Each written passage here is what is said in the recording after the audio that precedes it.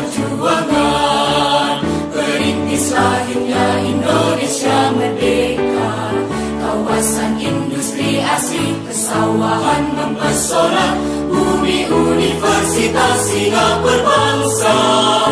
Universitas hingga berbangsa, pelopor pengembang ilmu dan teknologi, membentuk insan berguna, ahli berakhlak mulia, pencipta masyarakat sejahtera. Kepadamu Tuhan, sujud syukur kami persembahkan, limpahkan kami kebahagiaan, pengabdi kemanusiaan. Bangkit tegak berdiri menjulang tinggi, sivitas universitas hingga berbangsa, membangun Indonesia, dan landasannya menjadi alma mater kebanggaan. Unsika semoga tetap jaya, Unsika semoga tetap jaya. Assalamualaikum warahmatullahi wabarakatuh. Saya Ziaulia dengan NPM 1910631050 dari kelas 6D dari Prodi Pendidikan Matematika, Fakultas Keguruan dan Ilmu Pendidikan di Universitas Singapura Bangsa Karawang. Dalam mata kuliah Inovasi Pendidikan Matematika tahun ajaran 2019 semester 6 dengan dosen pengampu Dr. Dadang Rahman Munandar MPD. Di sini saya akan membahas yang pertama ada pembahasan jawaban luas dan yang kedua ada kesimpulan. Kita masuk ke pembahasan yang pertama yaitu inovasi pendidikan. Inovasi merupakan suatu perubahan yang baru menuju ke arah perbaikan yang lain atau berbeda dari yang ada sebelumnya yang dilakukan dengan sengaja dan berencana. Inovasi pendidikan menurut Ibrahim mengemukakan bahwa inovasi pendidikan adalah inovasi dalam bidang pendidikan atau inovasi yang memecahkan masalah pendidikan. Seperti ilustrasi ini.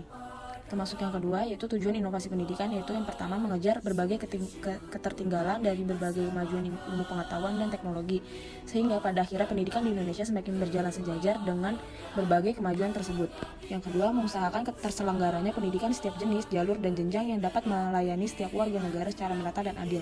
Dan yang ketiga, mereformasi sistem pendidikan Indonesia yang lebih efisien dan efektif, menghargai kebudayaan nasional, lancar dan sempurnanya sistem informasi kebijakan, mengokohkan identitas dan kesadaran nasional, menumbuhkan masyarakat gemar belajar, menarik minat peserta didik, dan banyak menghasilkan lulusan yang benar-benar diperlukan untuk berbagai bidang pekerjaan yang di kehidupan masyarakat. Dari sumber jurnal unigal.ac.id. Nah, terus ada macam-macam inovasi pendidikan. Yang pertama, pembelajaran meningkatkan keterlibatan peserta didik. Bisa kita lihat ilustrasi yang ini. Nah, yang kedua ada komputasi awan. Bisa kita lihat ilustrasi yang ini. Yaitu ada internet, berbagai macam hal, ada online shop. Dan yang ketiga ada pembelajaran berbasis permainan. Yang keempat ada pembelajaran multimodal.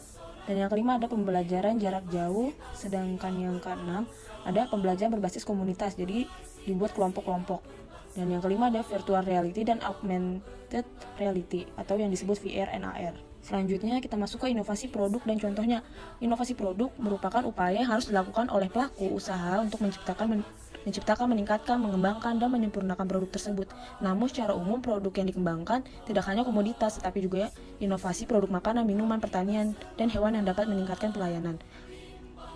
Nah, salah satu contohnya itu ada satu pegangan perjalanan atau yang bisa disebut one trip grip.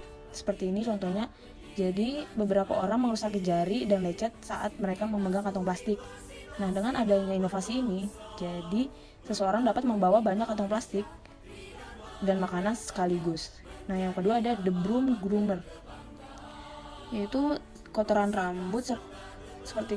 seperti rambut, gumpalan debu, dan potongan kertas kecil bisa tersangkut di antara rambut sapu.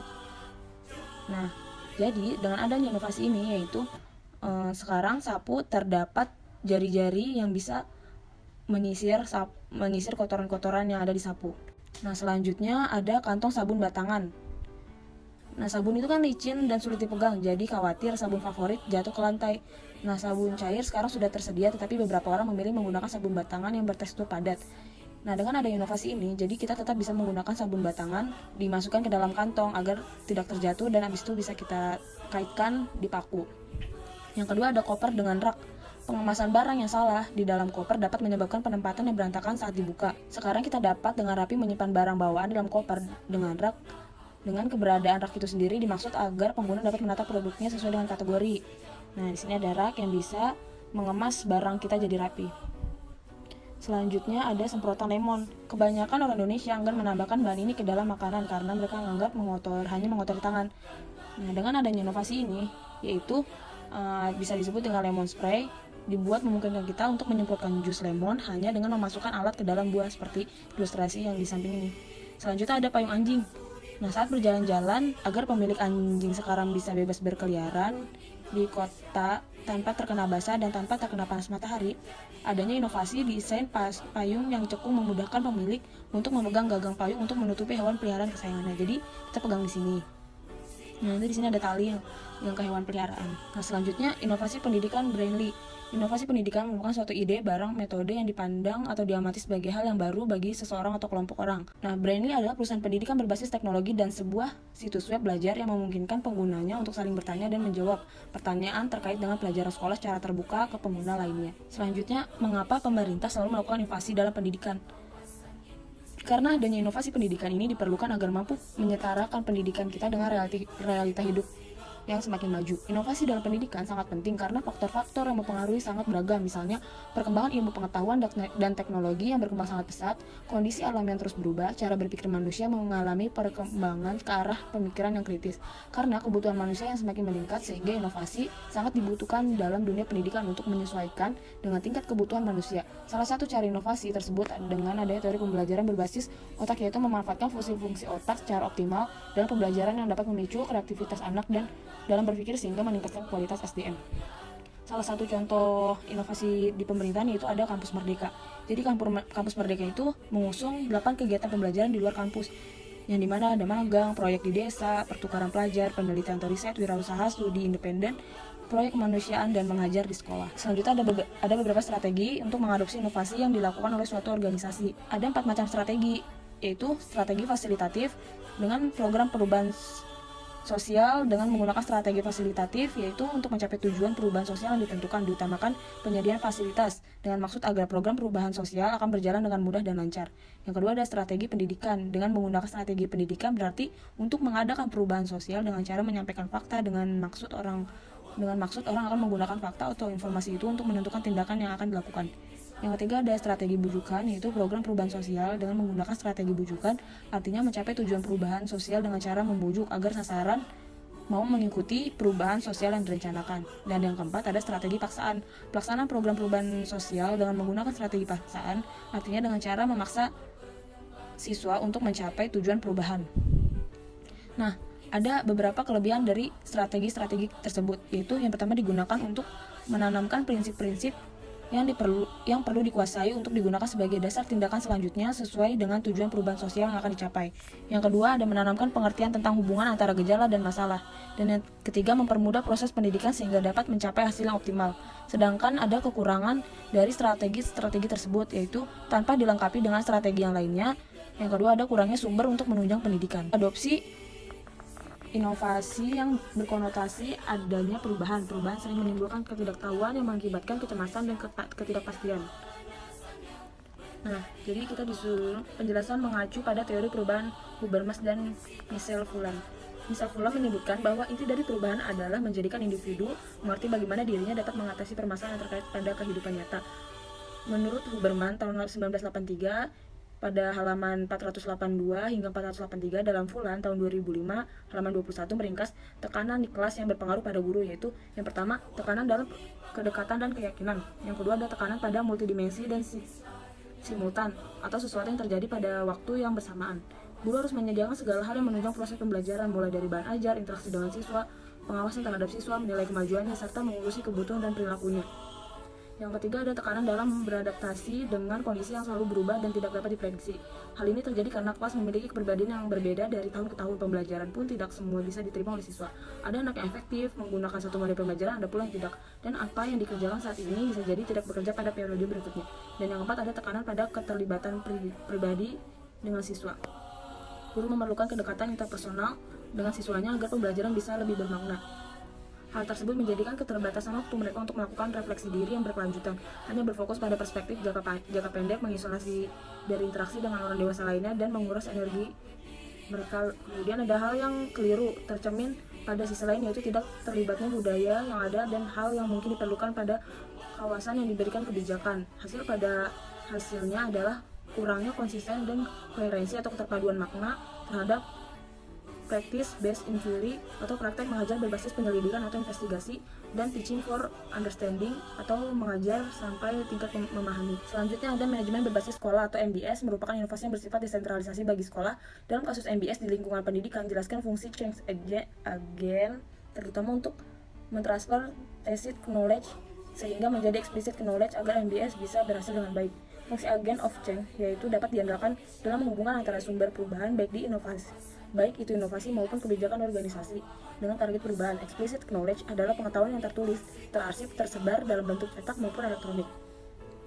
Tacit knowledge adalah pengetahuan dari para pakar baik individu maupun masyarakat yang terbentuk know-how, pengalaman, skill, pemahaman maupun petunjuk praktis atau rules of thumb berada di dalam benak orang yang mengetahui. Yang ke-10 ada bagaimana upaya sekolah melakukan kolaborasi yang bersifat di luar atau di dalam agar MBS dapat terlaksana sesuai dengan tujuan.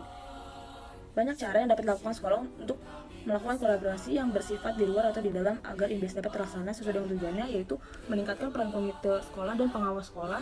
Yang kedua, membangun koordinasi yang baik antara kepala sekolah dan tim pengawas. Yang ketiga, mengikutsertakan peran orang tua dan masyarakat dalam proses pendidikan di sekolah. Yang keempat, membangun koordinasi yang baik antara kepala sekolah dan guru. Yang kelima, menyelenggarakan pendidikan dilakukan secara sentralistik. Yang keenam, meningkatkan peran kantor pendidikan daerah dan pusat. Yang pertama ada blockchain. Blockchain adalah teknologi yang digunakan sebagai sistem penyimpanan atau bank data secara digital yang terhubung dengan kriptografi. Penggunaannya tidak terlepas dari Bitcoin dan kriptokurrensi lainnya. Meski begitu, terdapat banyak sektor lainnya yang bisa memanfaatkan perkembangan teknologi dari blockchain ini. Blockchain memiliki keunggulan, diantaranya adalah sistem transaksi yang transparan, memiliki proteksi data yang baik, dan keamanan yang terjamin.